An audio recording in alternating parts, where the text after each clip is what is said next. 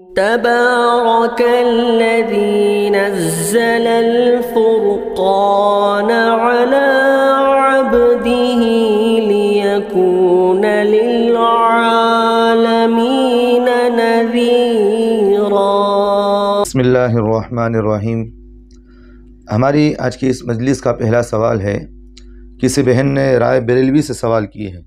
سوال یہ ہے کہ مفتی صاحب کیا یہ بات صحیح ہے کہ سورج ہر دن طلوع ہونے سے پہلے غوث پاک سے اجازت لیتا ہے کہ طلوع ہونا ہے یا نہیں؟ اسی طرح ہر ہفتہ، مہینہ، سال، عیدین کا چاند سب غوث پاک کے محتاج ہیں؟ جواب دے، بڑی مہربانی ہوگی۔ جی بہن، ماشاءاللہ آپ کا سوال بہت بہترین ہے۔ پہلی بات تو تمہیدی بات ذہن میں رکھیے، ہمارا اس بات کا عقیدہ ہے کہ بھئی ہر کرنے والی ذات، ساری چیزوں کی مالک وہ اللہ ہے۔ ہر ایک جو بھی ہے دنیا کے اندر، سب چیزوں کا مالک وہ اللہ ہے۔ حدیث پاک کے اندر سرکار دو عالم صلی اللہ علیہ وسلم نے فرمایا کہ دنیا کے اندر ہر چیز وہ اللہ کی محتاج ہے۔ اللہ کے حکم کے بغیر وہ دنیا کے اندر کوئی کام نہیں کرتے۔ اللہ کے جہاں حکم ہوتا ہے وہ کام دنیا کے اندر ہوتا ہے۔ تو بہرحال سورج بھی اللہ کا محتاج ہے، وہ اللہ سے اجازت لے کر آتا ہے کہ دنیا کے اندر طلوع ہونا ہے یا نہیں۔ حدیث پاک کے اندر اللہ کے رسول صلی اللہ علیہ وسلم نے فرمایا کہ سورج ہر دن اللہ سے اجازت لے کر دنیا کے اندر طلوع ہوتا ہے، اور یہاں تک کہ اللہ کے رسول صلی اللہ علیہ وسلم نے فرمایا جب قیامت کے قریب اللہ کا حکم ہوگا کہ جو سورج روزانہ سامنے سے جو شروع ہوتا ہے، مغرب سے جو سورج مشرق سے نکلتا ہے مغرب میں ڈوبتا ہے، اور قیامت کے قریب اس طرح ہوگا کہ بھئی مشرق سے نہیں بلکہ مغرب سے سورج نکلے گا، وہ مغرب سے سورج نکلے گا، یہ اللہ کا حکم ہوگا کہ سورج کو جہاں ڈوبنا ہے وہاں سے وہ نکلے گا۔ سمجھ میں آئی بات؟ تو یہ اللہ کا حکم ہوتا ہے۔ اور جہاں تک کی بات آپ نے غوث پاک کی جو بات بتائے ہیں، یہ ہمارا اس بات کا اہل سنت والجماعت احناف دیوبند کا ہمارا یہ عقیدہ ہے کہ بھئی دنیا کے اندر اللہ کے بعد اگر کسی کا مرتبہ ہے، چاہے وہ دنیا آخرت میں دونوں جہاں میں بھی ہو، اگر کسی کا مرتبہ ہے، مقام و مرتبہ ہے، تو سرکار دو عالم صلی اللہ علیہ وسلم کا مقام و مرتبہ ہے۔ اور اللہ کے رسول کے بعد دیگر انبیاء علیہ السلام جو بڑے انبیاء ہیں، حضرت موسیٰ علیہ السلام، عیسیٰ علیہ السلام ہیں، اور اسی طرح ابراہیم علیہ السلام، حضرت داؤد علیہ السلام، اس طرح جو انبیاء ہیں ہر ایک کا مرتبہ ہے۔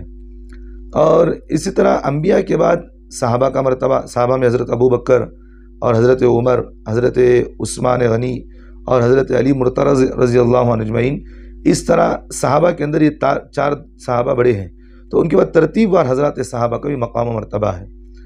اور اسی طرح بزرگوں کے اندر بھی ہوتا ہے۔ تو یہ بات من دھڑک بات کہہ دینا کہ بھئی سورج ہر دن غوث پاک سے اجازت لے کر دنیا کے اندر طلوع ہوتا ہے، یہ تو کفریہ عقیدہ ہے، یہ تو شرکیہ عقیدہ ہے کہ بھئی اس طرح کا عقیدہ رکھنا ایک مسلمان کے لیے غلط بات ہوتی ہے۔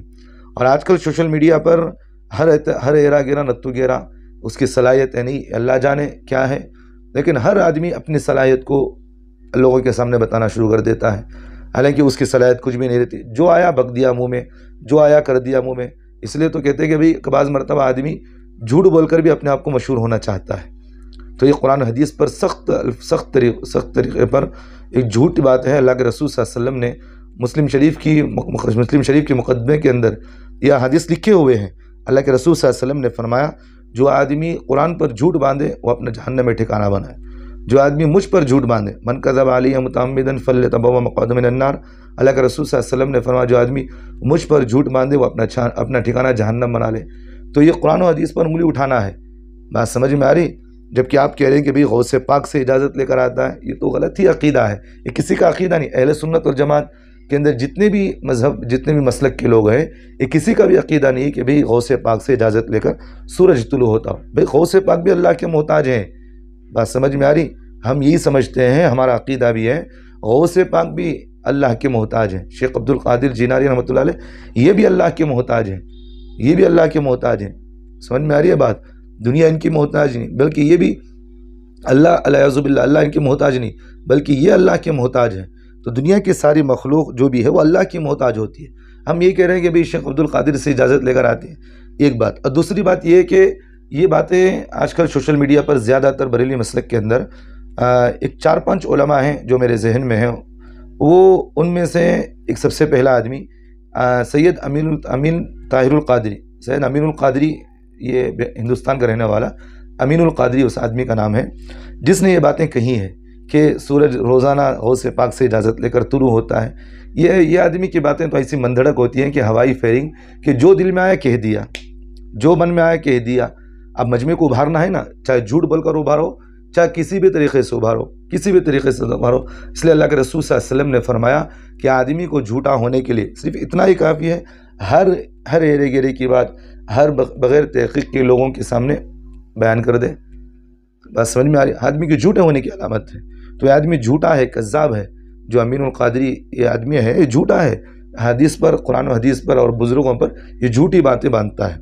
اور اسی طرح میں نے ایک فتویٰ، ایک دارالعلوم غوثیہ، ایک ادارہ ہے بریلوی علماء کا، وہاں سے ایک میں نے فتویٰ بھی پڑھا ہے، جیسا کہ انہوں نے 4-5 علماء کی طرف انہوں نے اشارہ کیا کہ خود اپنی برادری کے علماء پر انہوں نے انگلی اٹھا کر کہا، جیسا کہ پہلے نمبر پہ آگے کہ امین القادری یہ بھی جھوٹے باتیں اکثر کہتا ہے، تو اس لیے اس آدمی کو بھی، اس بندے کو بھی جلسوں کے اندر، جلوسوں کے اندر، جہاں کہیں بھی پروگرام میں ہو، اس کو نہ بلایا جائے، کیونکہ یہ من دھڑک باتیں کہتا ہے۔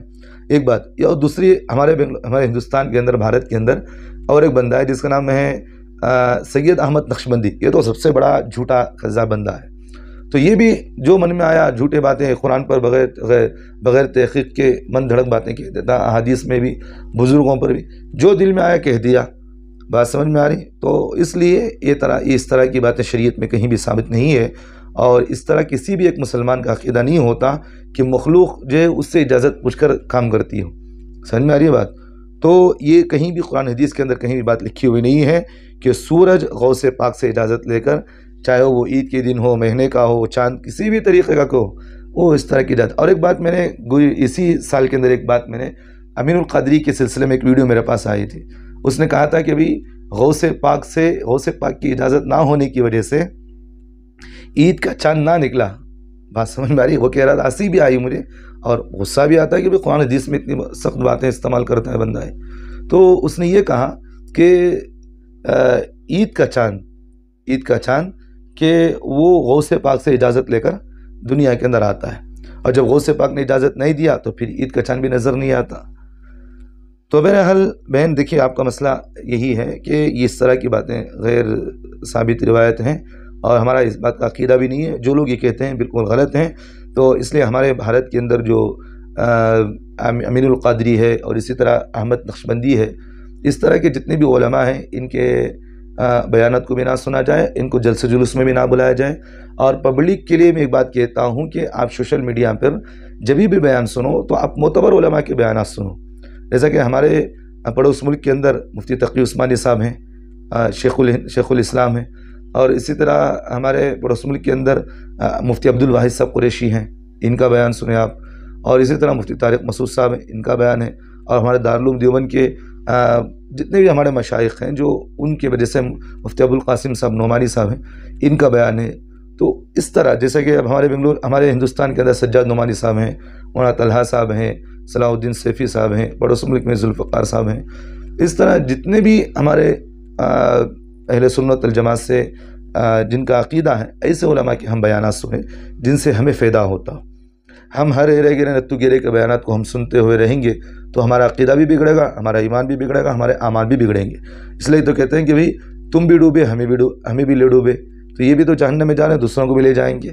تو اس لیے اس طرح کے لوگوں کی باتیں ہرگز ثابت نہیں ہیں، اور یہ قرآن حدیث کے صریح خلاف ہے۔ امید ہے کہ بہن آپ کو جواب سمجھ میں آ گیا ہوگا۔